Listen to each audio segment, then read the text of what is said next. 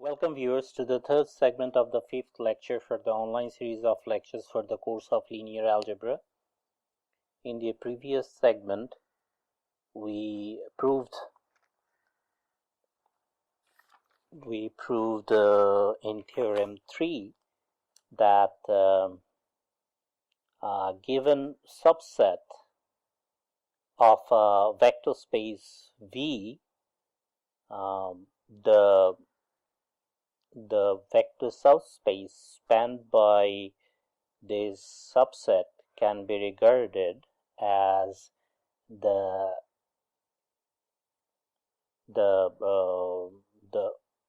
set of all possible linear combinations of the vectors in this subset. Okay, so in this segment we are going to define first the notion of the sum of subspaces of a given vector space. Okay, so let me define it first.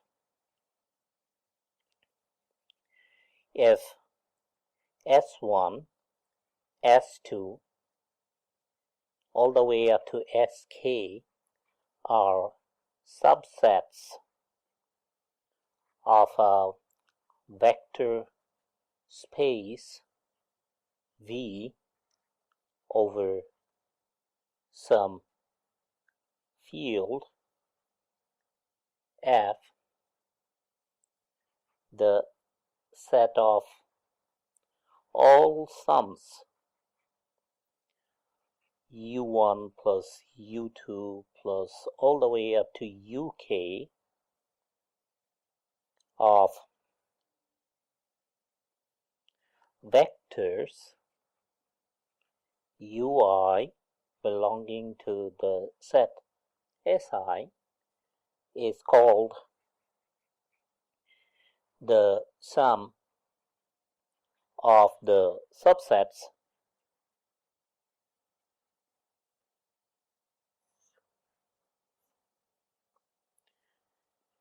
S1, S2, Sk, and is denoted by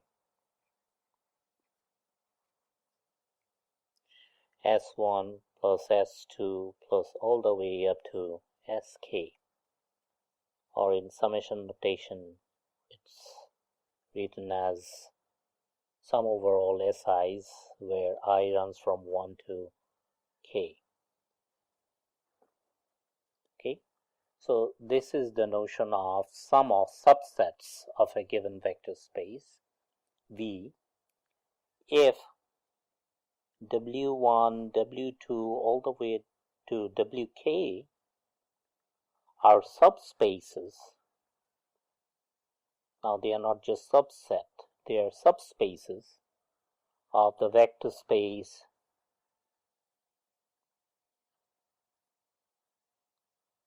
V, then the sum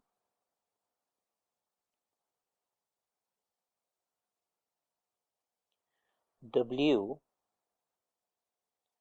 equal to sum over all Wi's, I running from 1 to K, is seen to be a subspace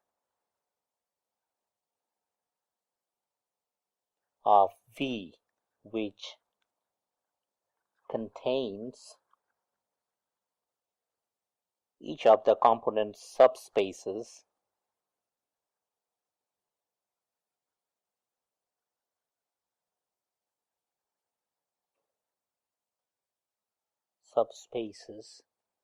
Wi, I from 1 to all the way up to K.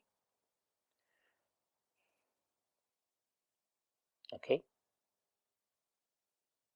so this guy W is a subspace of the vector space V containing all these component subspaces.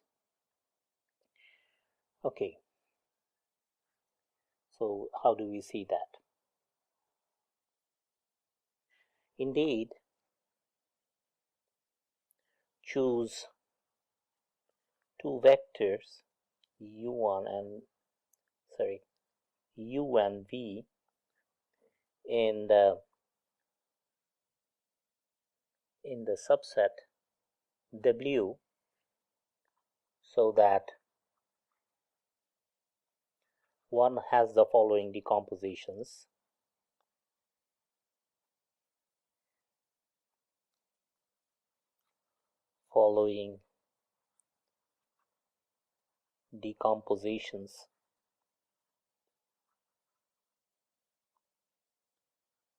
U is equal to u1, u2, all the way up to uk.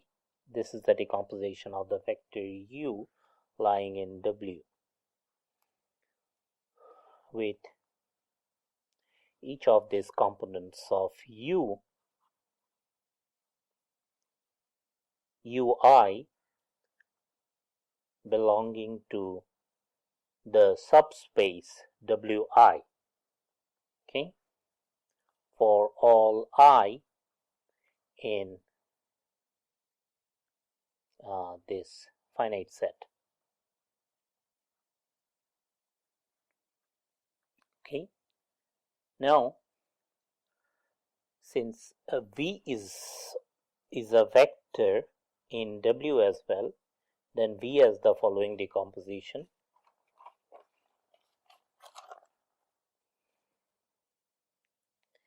V1 plus V2 plus all the way up to Vk, okay, with each Vi belonging to Wi for all I in this finite set.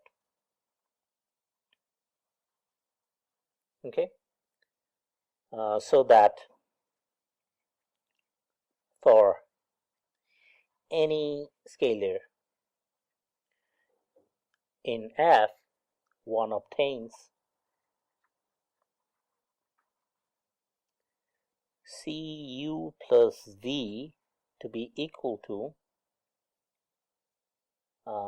C times U1 plus U2 plus all the way up to UK plus, so I write the decomposition of V as well, V1 plus V2 plus all the way up to Vk, okay, so that it's the sum over Cui plus Vi with I running from 1 to k. Okay, this is our equation number 15. Okay, now since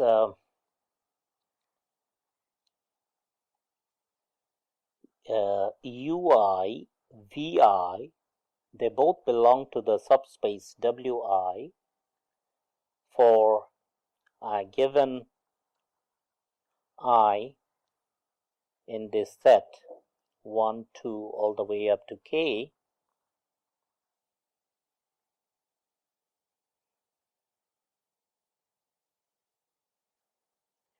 for any C in the field F, one must have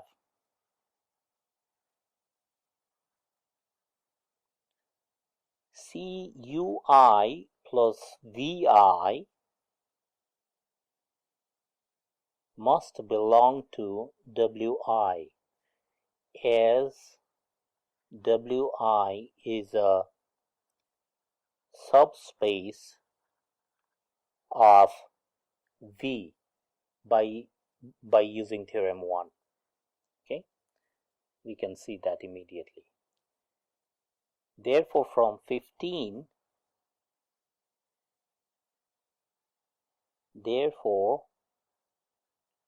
from this equation, from 15, one immediately sees that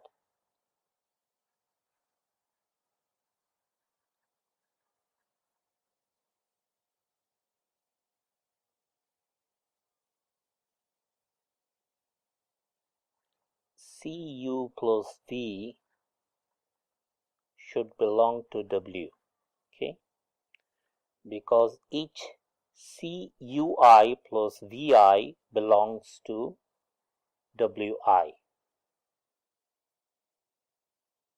okay.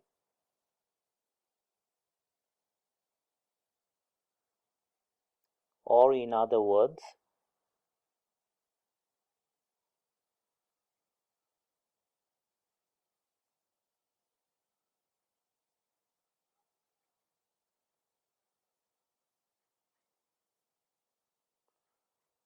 W is a subspace of V that contains each of the subspaces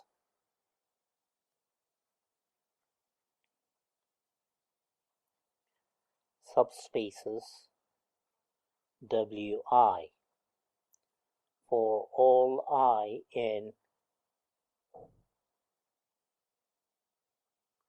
1, 2 all the way up to K, okay.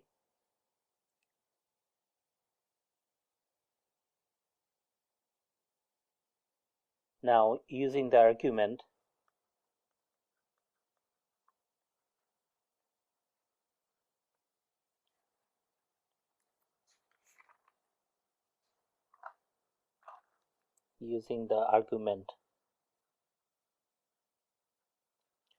presented in Theorem 3,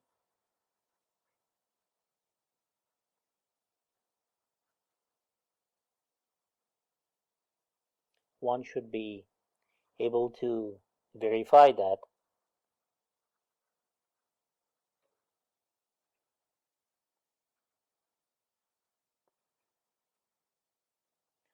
W is the subspace spanned by the union of the sets, by the union of the subspaces, to be more precise, subspaces W1, W2 all the way up to Wk. So W1 is a set, W2 is a set, Wk is also a set. You take the union of all these sets, okay, and consider the subspace spanned by the union of all these sets, and that is precisely W. Okay, that one can see using the argument presented in Theorem 3. Okay, now it's time to consider another example. Example 7. Let F be a given subfield of the field of complex numbers, of the field boldface C of complex numbers. The subfield could be the field of real numbers, the subfield could be the field of rational numbers, or any other subfield in general. Okay, suppose the vector u1 is given by 1, 2, 0, 3, 0. Vector u2 is let me denote the subfield by this bold-faced F. u2 is another vector, 0, 0, 1, 4, 0. u3 is the third vector, 0, 0, 0, 0, 1. Okay. By Theorem 3, the span of the above three vectors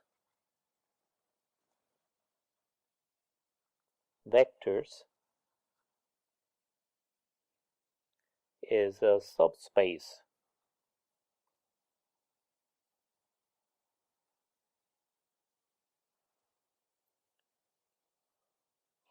Is a subspace of the vector space f to the 5.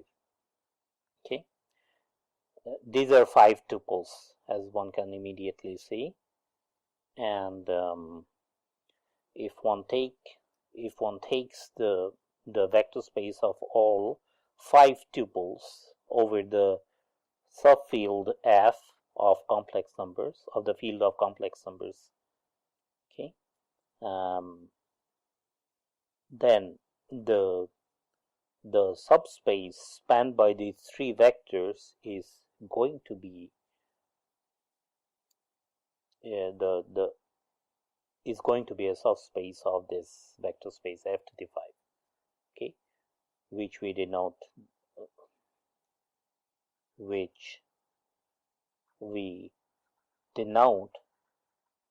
by W. The subspace is denoted by W. Okay. Now an element of this vector subspace of f to the 5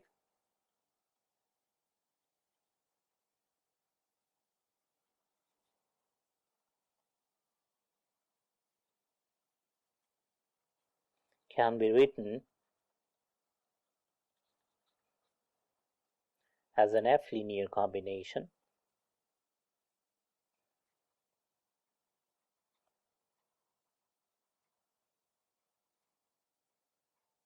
of U1, U2, and U3, that is,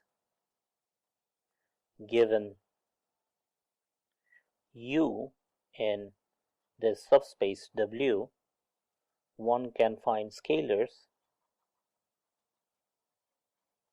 C1, C2, C3 in the subfield F of complex numbers C, such that U can be written as a linear combination of these 3 vectors.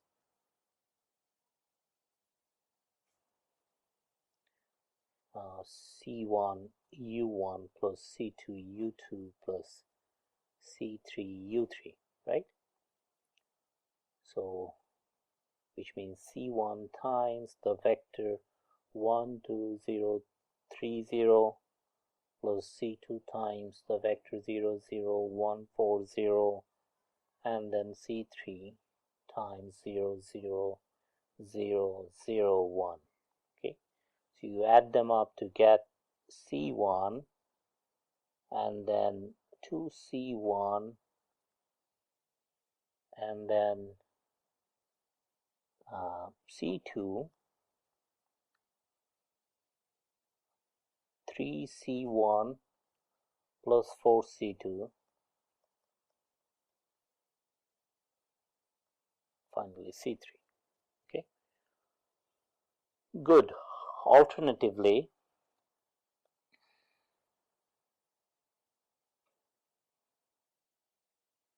the subspace W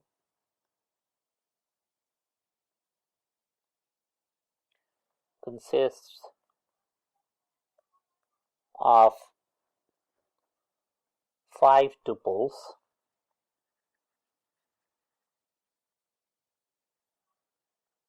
x1, x2, x3, x4, x5 in f to the 5, such that they are not all free variables. Okay, there are certain constraints, and the constraints are given by, you see from here, that x2 is equal to 2x1, right? That's the first constraint, and this is free, this is also free. Okay, but x4, for x4, this should be 3 times x1 plus 4 times x3, 4 times x3. So all 5 tuples satisfying these two conditions will be an element of this subspace W. Okay. One can, for example, easily check that. For example, check that -3, -6, 1, -5, 2 is in W. Okay, so what are the free variables in this case? X1, X3, and X5. X1, X3, and X5. So this is X1, this is X3, and this is X5. So we can freely take these values. So we have chosen them to be -3, 1, and 2. So now x2 has to be equal to 2 times x1. Since x1 is -3, x2 has to be -6, which is the case here. And we want x4 to be equal to 3 times x1 plus x3. So 3 times x1 is -9, and 4 times x3 is 4 times 1, okay, which is -5. Okay, this is how we see that this vector is indeed in W. Okay, good.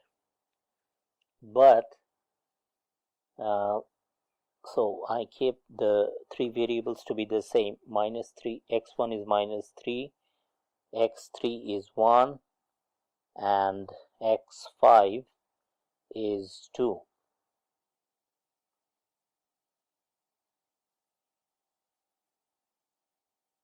Okay, now I take the x2 component to be 1 and x4 component to be -5, and one immediately sees that this condition is not fulfilled, although this condition is fulfilled, right? But this condition is not fulfilled, and hence this vector does not belong to W.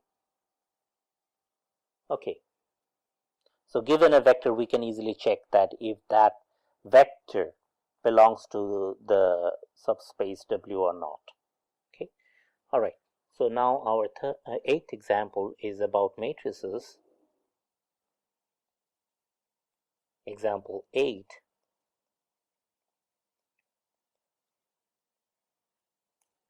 Let F be a subfield of the fields subfield of the field C of complex numbers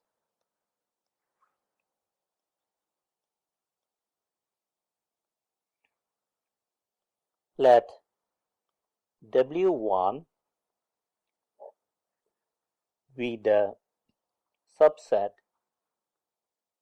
of F2 cross 2. F to the 2 cross 2 meaning that this is the subfield, so it is the vector space of all 2 times 2 matrices over F. Okay, so let W1 be the subset of F to the 2 cross 2, the vector space of all 2 times 2 matrices over F,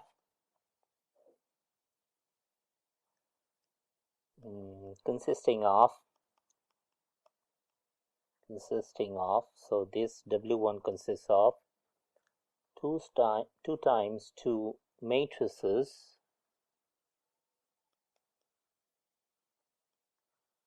of the following form.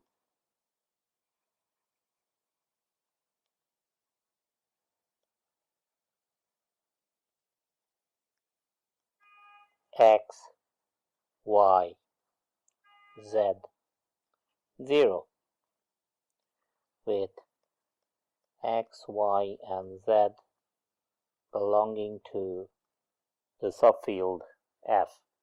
Okay, so if one takes all such matrices, then the subset, so this will definitely be a subset of F to the 2 cross 2. So we denote that subset by W1. Also, let W2 be the subset of F to the 2 cross 2 consisting of 2 times 2 matrices of the form these are diagonal matrices, the subset of all diagonal matrices in F to the 2 cross 2, where X and Y both belong to the subfield F.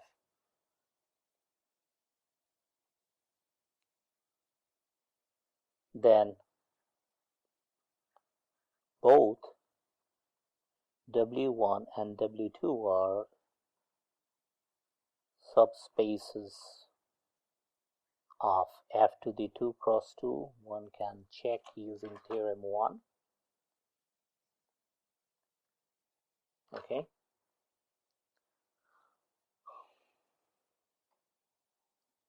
And any vector in F to the 2 cross 2 can be decomposed as, as a can be decomposed as a sum of 2 vectors belonging to W1 and W2 respectively. Okay, so that's the reason one can write down this vector space F to the 2 cross 2 as the sum of these 2 vector subspaces W1 plus W2. Okay, we encountered the notion of the sum of 2 vector subspaces earlier. Okay, so to see it a little more elaborately, one can choose a vector from this vector space over F and see that it admits, this vector admits a decomposition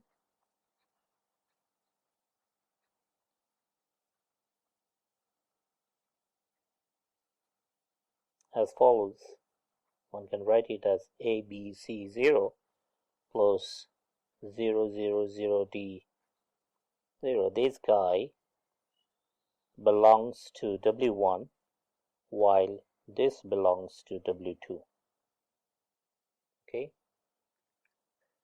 the subspace of these two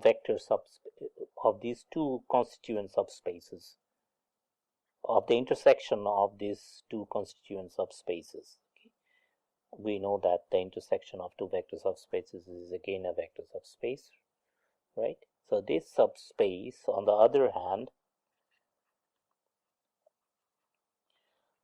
hand, consists of matrices of the form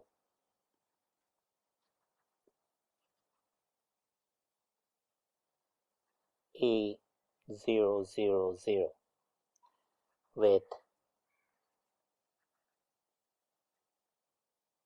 A belonging to the subfield F of the field of complex numbers. Okay, so example 9 concerns row space of a matrix. This is our 9th example. Example 9, row space of a matrix. Okay, let A be an m times n matrix over a given field F. The row vectors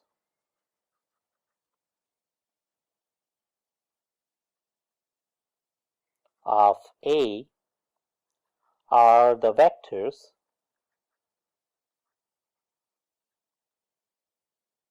in f to the n given by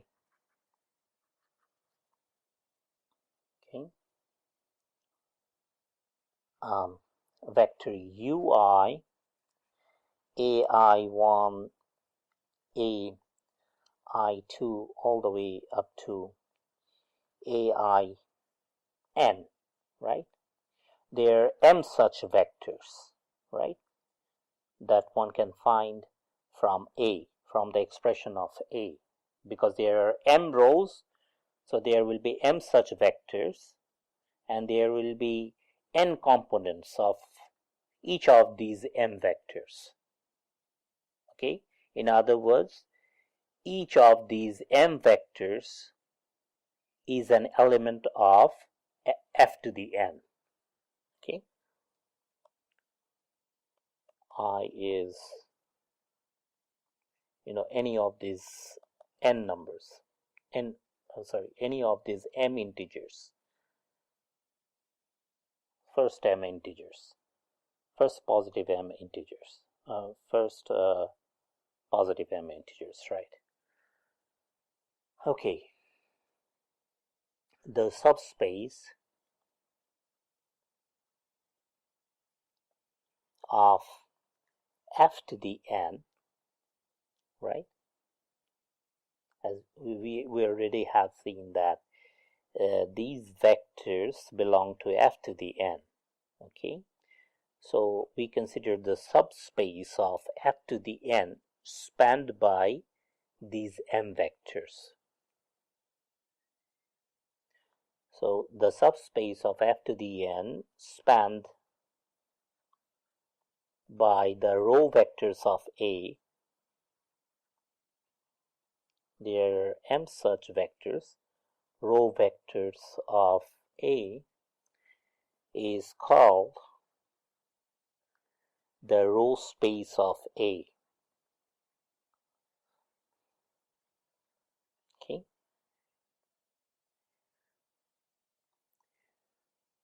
now we refer back to example 7.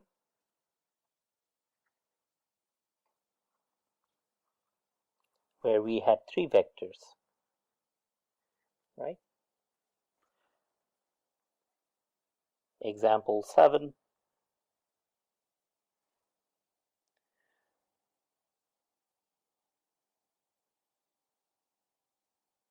So it was the subspace spanned by 3 vectors. So example 7 was about the subspace spanned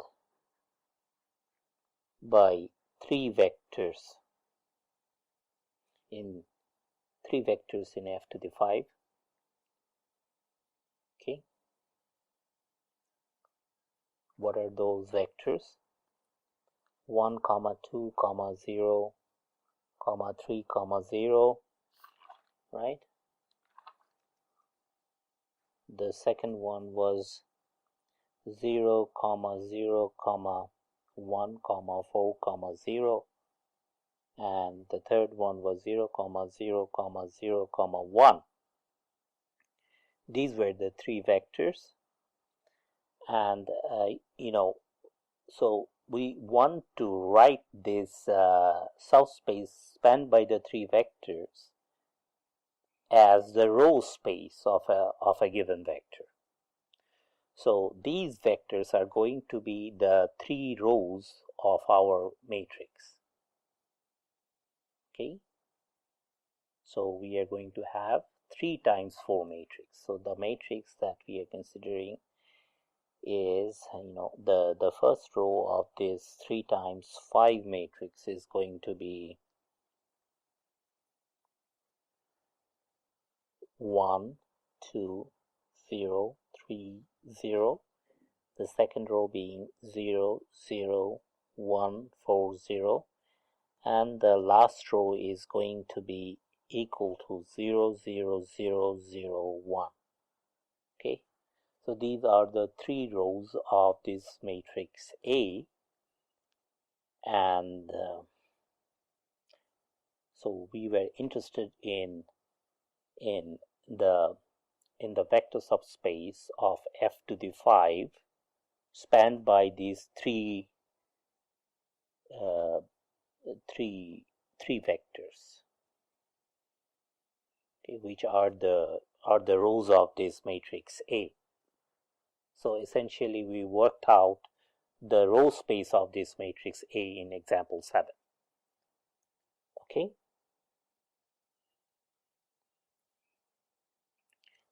and the subspace of f to the f that we have found in example 7 is also the row space of the following matrix, is also the row space of the matrix given by, it's a different matrix because the size of the matrix is different. It's a 4 times 5 matrix. The first 3 rows stay the same, 0, 0, 0, 0, 0, 1, 4, 0, and then 0, 0, 0, 0, 1.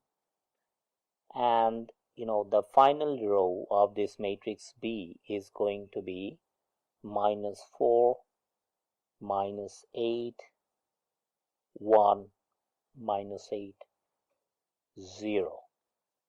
One can check that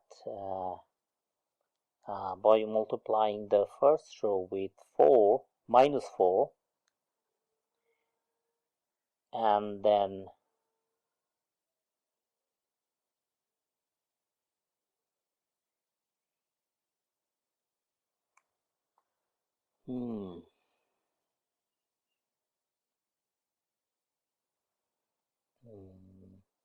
-4, and then adding it to the second row will give us the 4th row. One can check. Okay, which means that the 4th row is a linearly dependent row. Okay, so the row space of A should be the same as the row space of B, because the 4th row of this matrix B is nothing but a linear combination of the rows of A, and the first 3 rows of B are the same as those of A.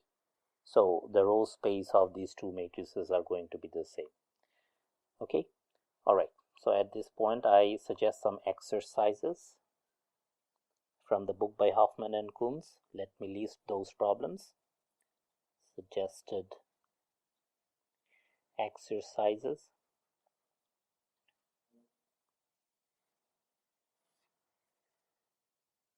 Hoffman and Coombs,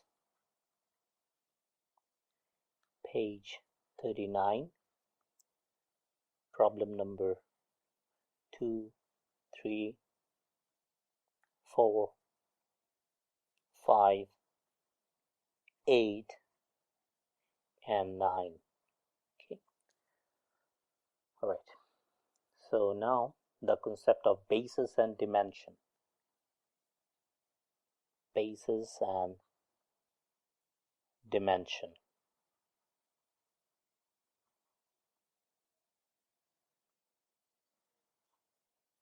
Definition.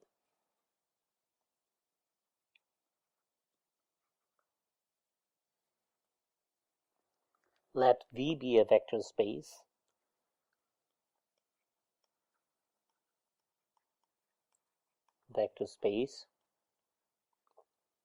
over the field F. A subset S of V is said to be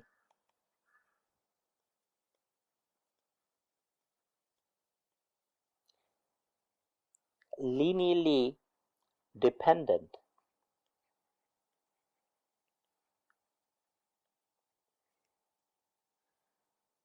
So I'm picking up a subset S from the vector space B and calling it linearly dependent if there exists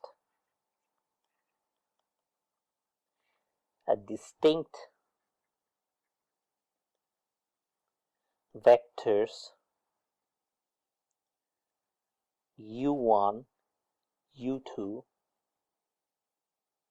un in S. So important thing to note that S can be a finite or an infinite set of this vector space V. Okay, so in general it can be infinite. So it is said to be linearly dependent if there exist distinct vectors u1, u2 all the way up to un in the given set S, and scalars c1, c2 all the way up to cn, not all of which are 0.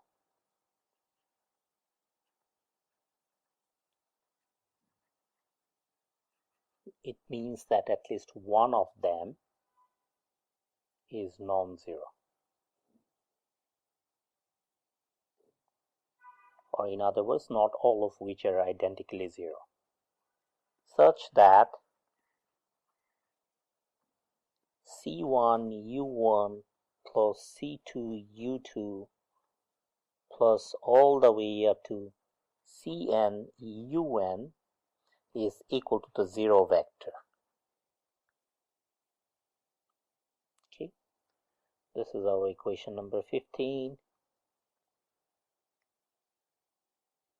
Okay, if 15 holds for these n scalars, not all of which are 0, then we say that the set S is a linearly dependent set. Okay, a set which is not linearly dependent,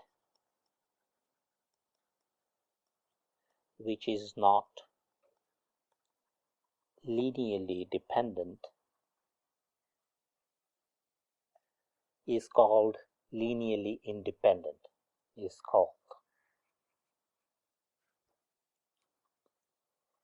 linearly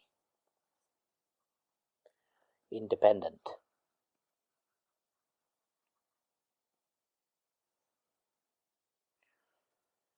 Okay,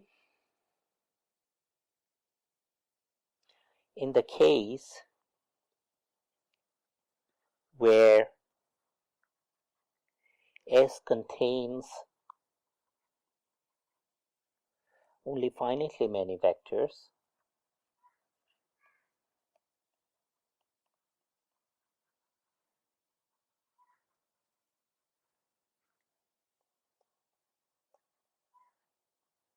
okay, namely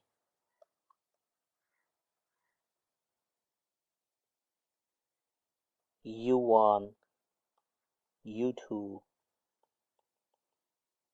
all the way up to UN. Okay, so now this is a special situation where S is a finite set. So in this case, one just says that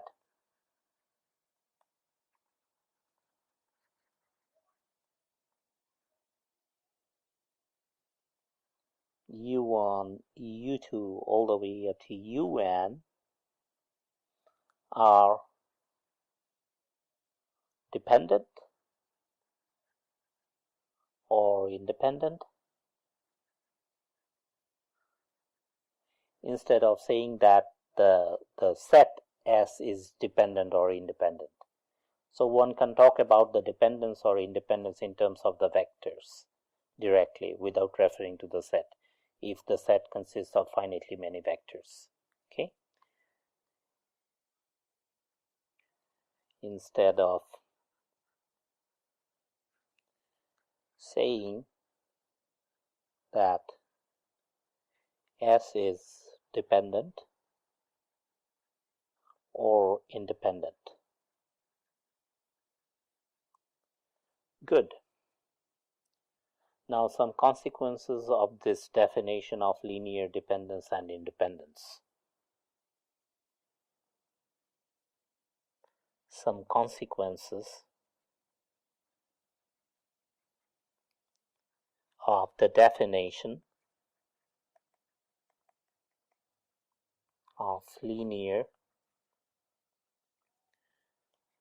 dependence or independence.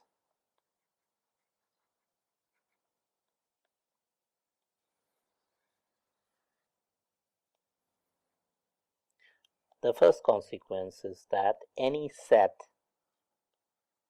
which contains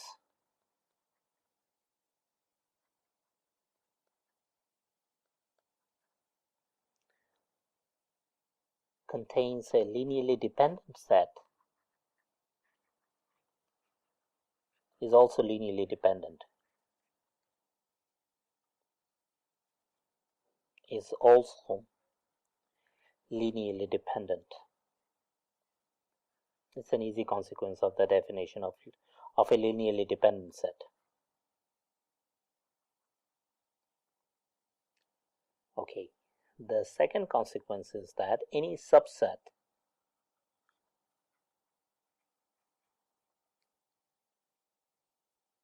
of a linearly independent set is also linearly independent. Linearly independent set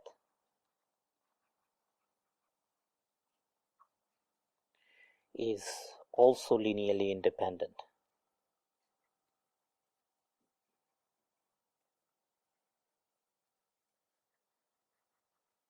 Okay, the third consequence is that any set which contains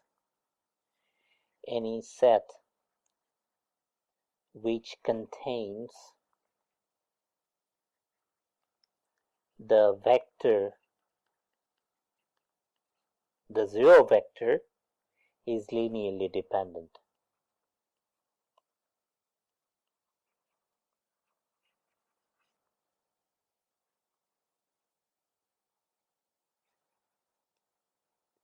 Okay, because you can multiply any non-zero scalar to the zero vector to get the zero vector.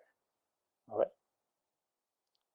So that any set containing this zero vector will be a linearly dependent set. Okay. So the fourth consequence is that a set S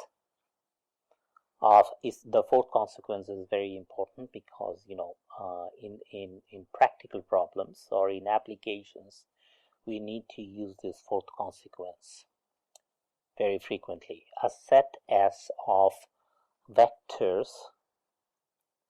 is linearly independent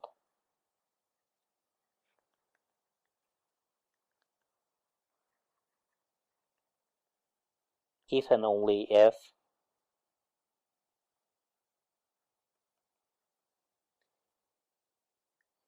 each finite subset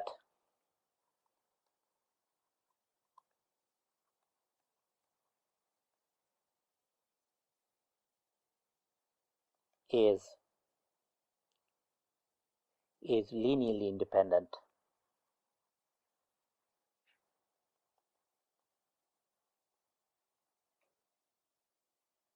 Okay. Alright, so if S is a set of infinitely many vectors from the given vector space, then if you want to prove that the given infinite set is a linearly dependent set, you have to prove that any finite subset of that set S is a linearly independent set. That is, if and only if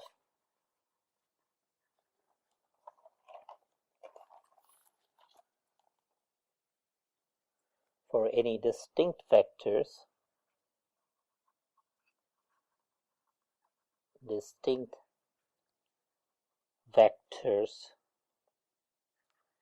u1, u2 all the way up to un of S, for any n distinct vectors of the given set S,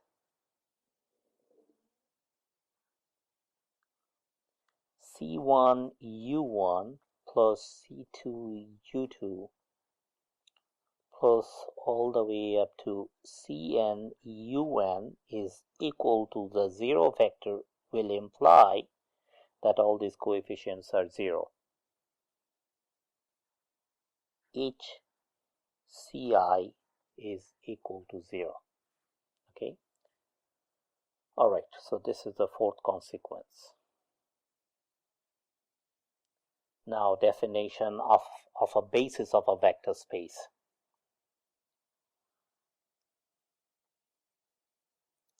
Definition.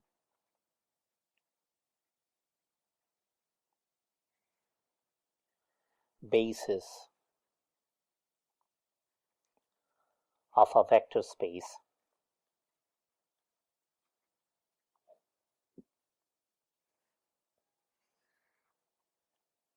let V be a vector space over the field F. A basis for the vector space V is a linearly independent set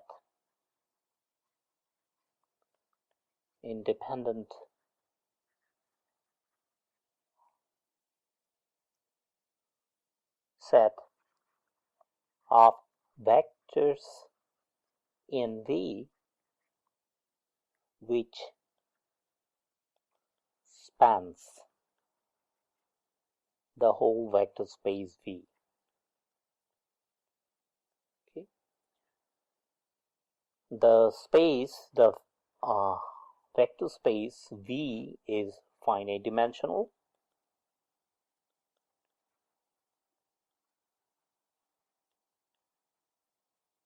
If it has a finite basis.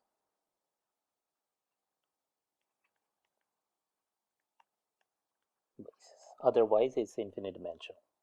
Okay. If it has a finite basis.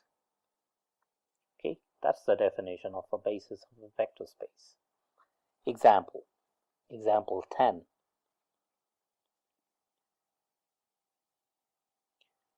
Again concerns f to the n. This the vector space of all n tuples over the field F.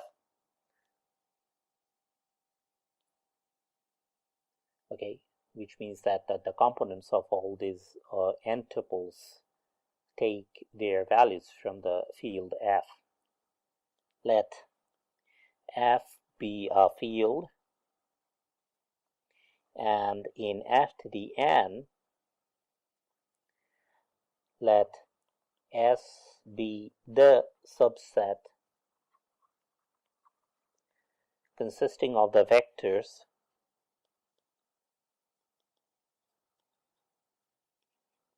of the vectors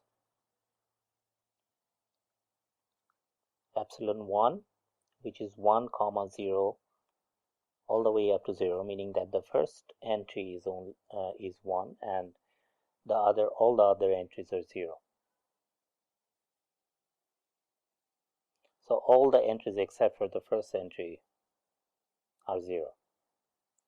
Epsilon 2, all the entries except for the second entry are 0. Okay. So the nth vector is 0, 0. Everything is 0 except for the last entry. And the last entry is 1. So these are the n vectors in f to the n. Let x1, x2, all the way up to xn are n scalars, and put epsilon, the vector epsilon, to be x1 epsilon 1 plus x2 epsilon 2 plus all the way up to xn epsilon n. Okay. This is our equation number 16, and these, just plug in these expressions here in 16 and find this vector epsilon as the n tuple x1, x2 all the way up to xn, which is our equation number 17. Okay, so let me erase this front part.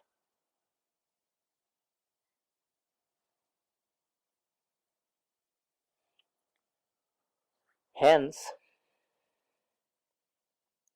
an element, any element in f to the n can be written like this, right?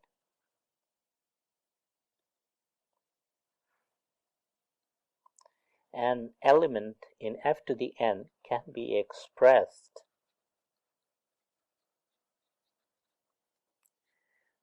as an f-linear combination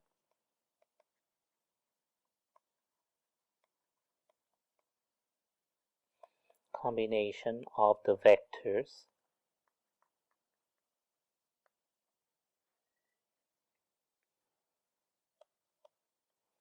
epsilon 1, epsilon 2, epsilon n. Okay, meaning that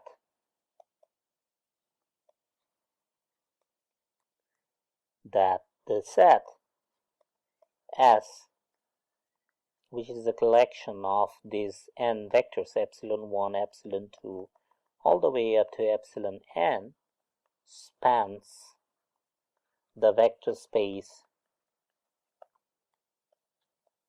f to the n.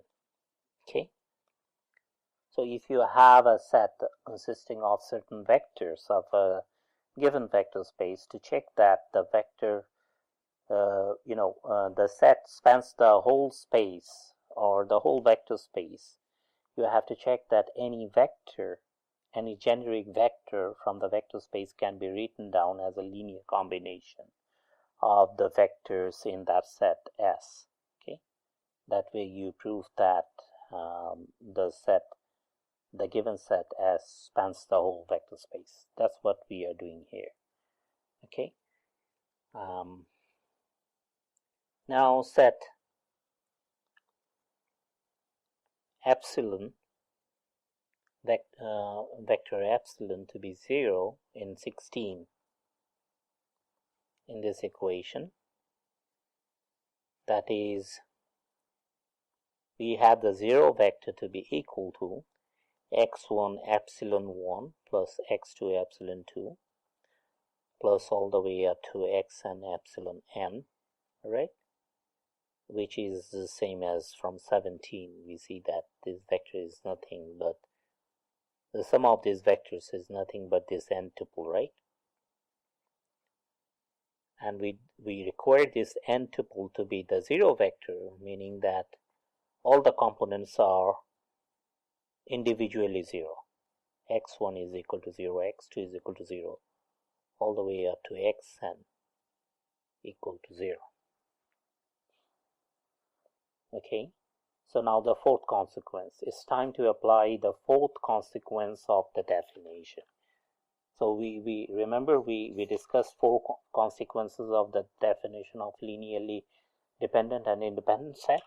So the fourth consequence tells us that the set, this set is a linearly independent set. In other words, S is a linearly independent set.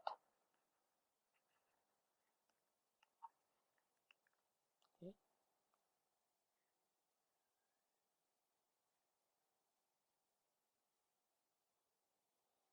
Linearly independent set.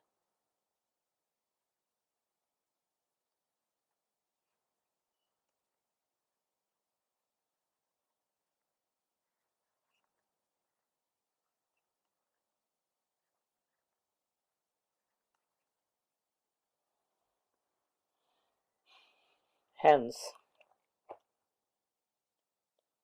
so we have seen that this set S spans the vector space F to the n, and also this set S is a linearly independent set.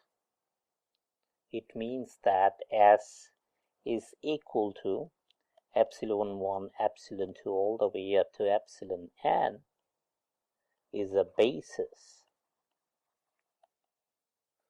for F to the n. We shall call this particular basis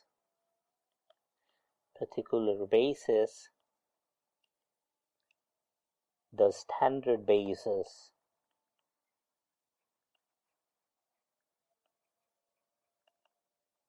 of F to the n. Okay. All right. So this was example 10. Now our 11th example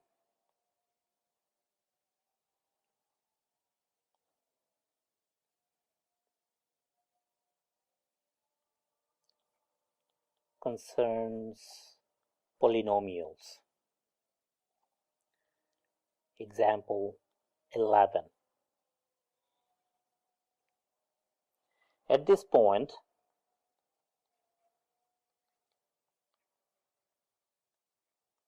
we'll give an example of an infinite basis.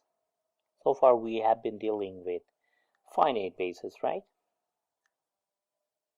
Like in the previous example, we saw that the set S consisted of n vectors, right? Now we'll see an example.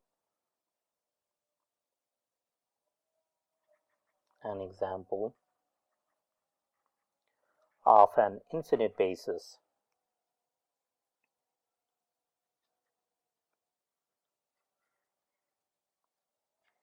Let F be a subfield of the field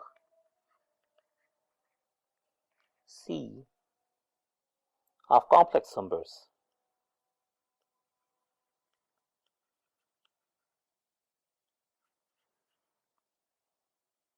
Okay, be it the set of real numbers or the set of rationals, okay, or any other subfield of complex numbers, and let this calligraphic P be the set of polynomial functions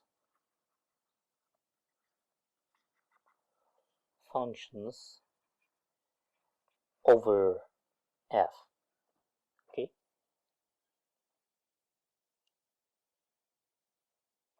Okay. Like, the functions from F to F. So we are considering the functions from F to itself. Okay. These functions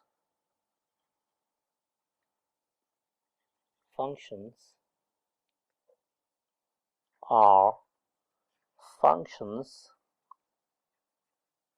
from F to F which have the following form.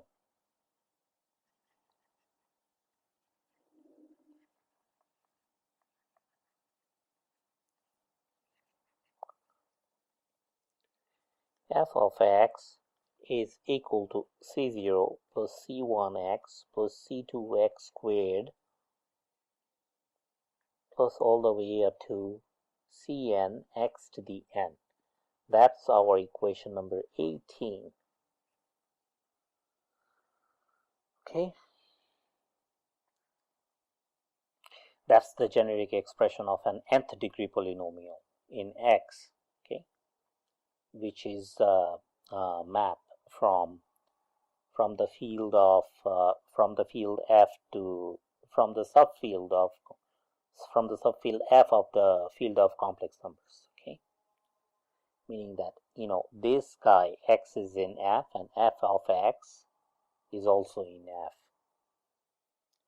Let f sub k of x is equal to x to the k runs from 0 to infinity, keeps going like that, 0, 1, 2, 3, 4, all the way up to infinity. Okay, so that f0 of x is going to be 1, f1 of x is x, f2 of x is x squared, f3 of x is x cubed, so on and so forth. Okay, we claim that the infinite set S which is equal to f0, f1, f2, all the way up to infinity, keeps going forever. Okay, this infinite set S is the basis for P, which is the set of all polynomial functions. So that's the claim, and hence it's an infinite basis, right? It's an infinite set.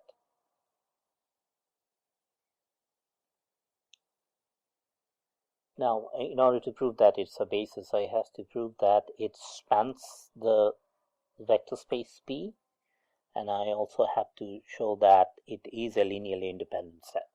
Okay, clearly the set S spans P. Clearly the set S spans P.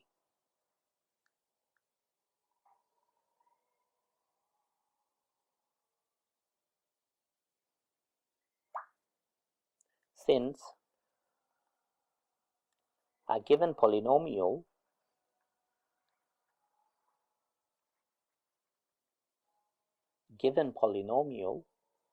function f in this calligraphic P as given in 18 can be written as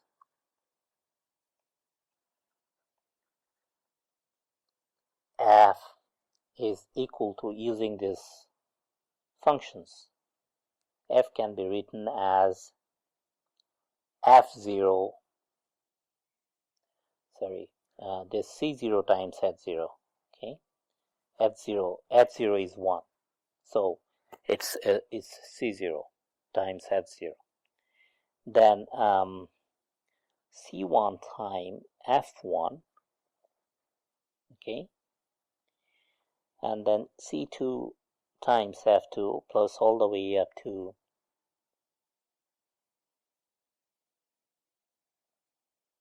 cn times fn. This is how you write this, nth degree polynomial f as a linear combination of these functions.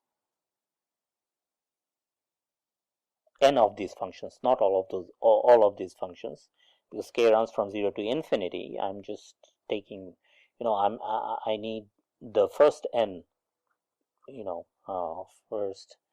the first n plus 1 polynomial functions. The first n plus 1 monomials are needed here. These are monomials.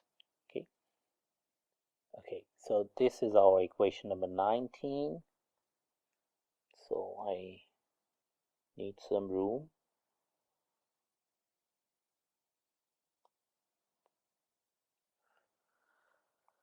Okay, so 19 holds for C0, C1 all the way up to Cn belonging to the subfield F. Okay, why is the infinite set S infinite set S, which is F0, F1 all the way up to infinity, linearly independent?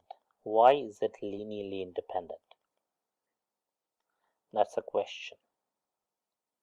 Independent.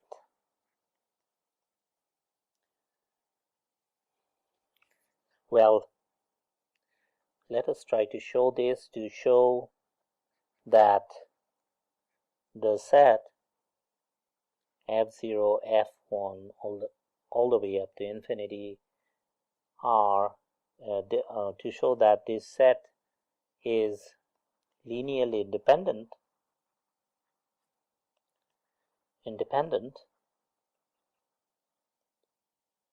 Is equivalent to showing that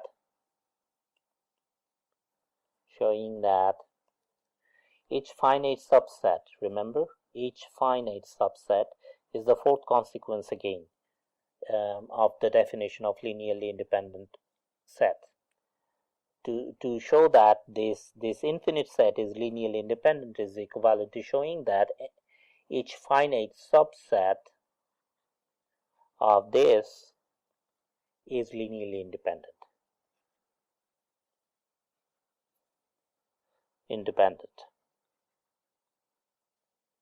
Okay, it will actually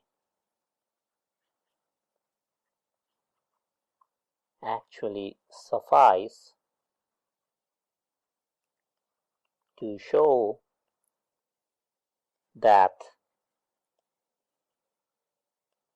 the set F0, F1 all the way up to Fn is independent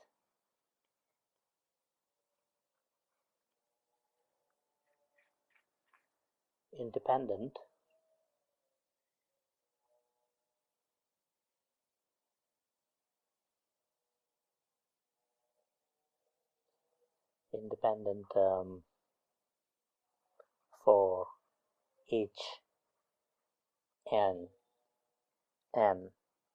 small n in the set of natural numbers. Okay, well, why does it suffice?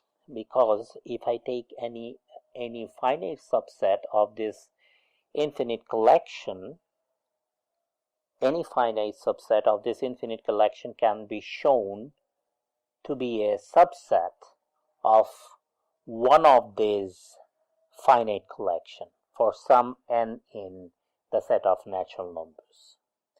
And since we are proving that each of these finite collections for every n in the set of natural numbers is a linearly independent set, so those subsets of these collections will also be linearly independent, which follows from one of the four consequences of the definition of linearly dependent and independent set that we discussed earlier. Okay, so it suffices to show that each of these finite collections is a linearly independent set. Okay, all right, so let's do it. Let me erase this.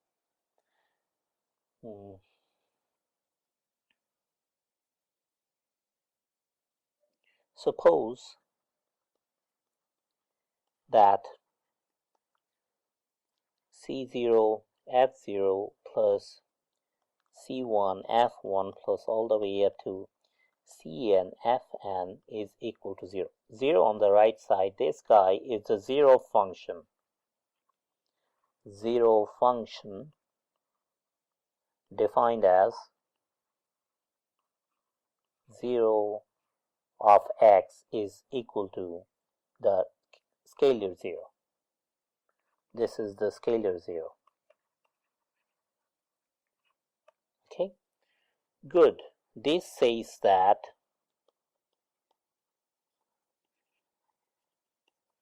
C0 F0 of x plus C1 F1 of x plus all the way up to Cn Fn of x is equal to 0 of x, and by the definition of the zero function is going to be 0, right? Which implies from the definition of these monomial functions, right? Fk of x is x to the k for all k running from 0, 1, 2 all the way up to infinity. So this is going to be 0, C0, F0 of x is 1, and F1 of x is x, so this is C1 times x, then C2 times x squared, all the way up to Cn times x to the n is equal to 0, and this is going to happen for all x in the field, the subfield of the field of complex numbers. Okay, so this is our equation number 20.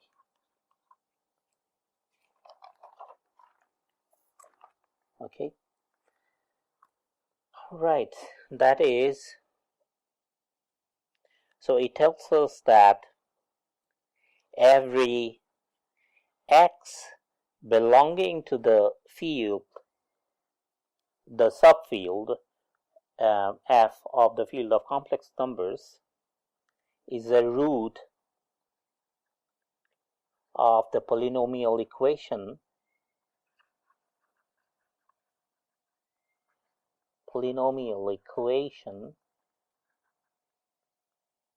20.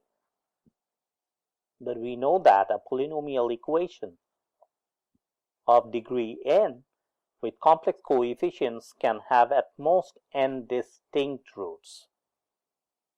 Okay, this can have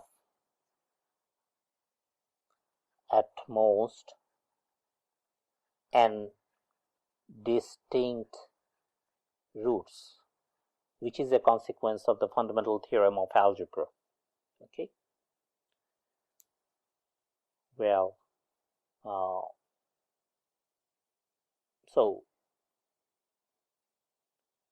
but we have seen that every x in f is a root of this polynomial equation 20. So the only way it can happen is that all of these coefficients are 0. Therefore,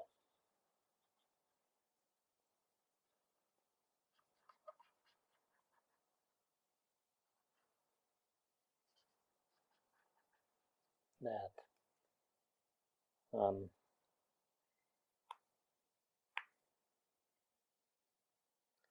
C0 equal to C1 is equal to C2 all the way up to Cn is equal to 0.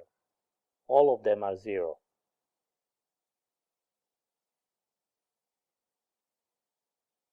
There is no other way we can fulfill it, because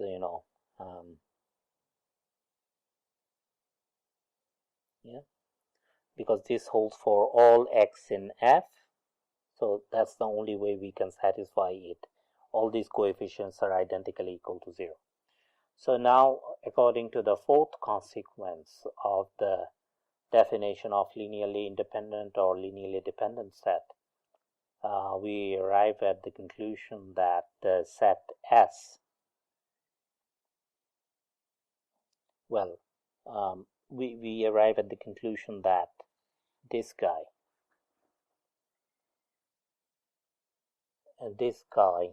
is a linearly independent set. This guy is a linearly independent set.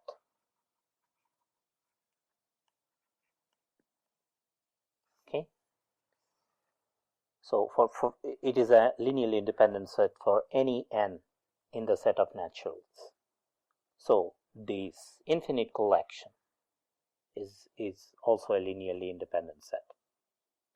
So we have proved that this infinite collection spans the vector space calligraphic P, the vector space of all polynomials over the subfield F of complex numbers.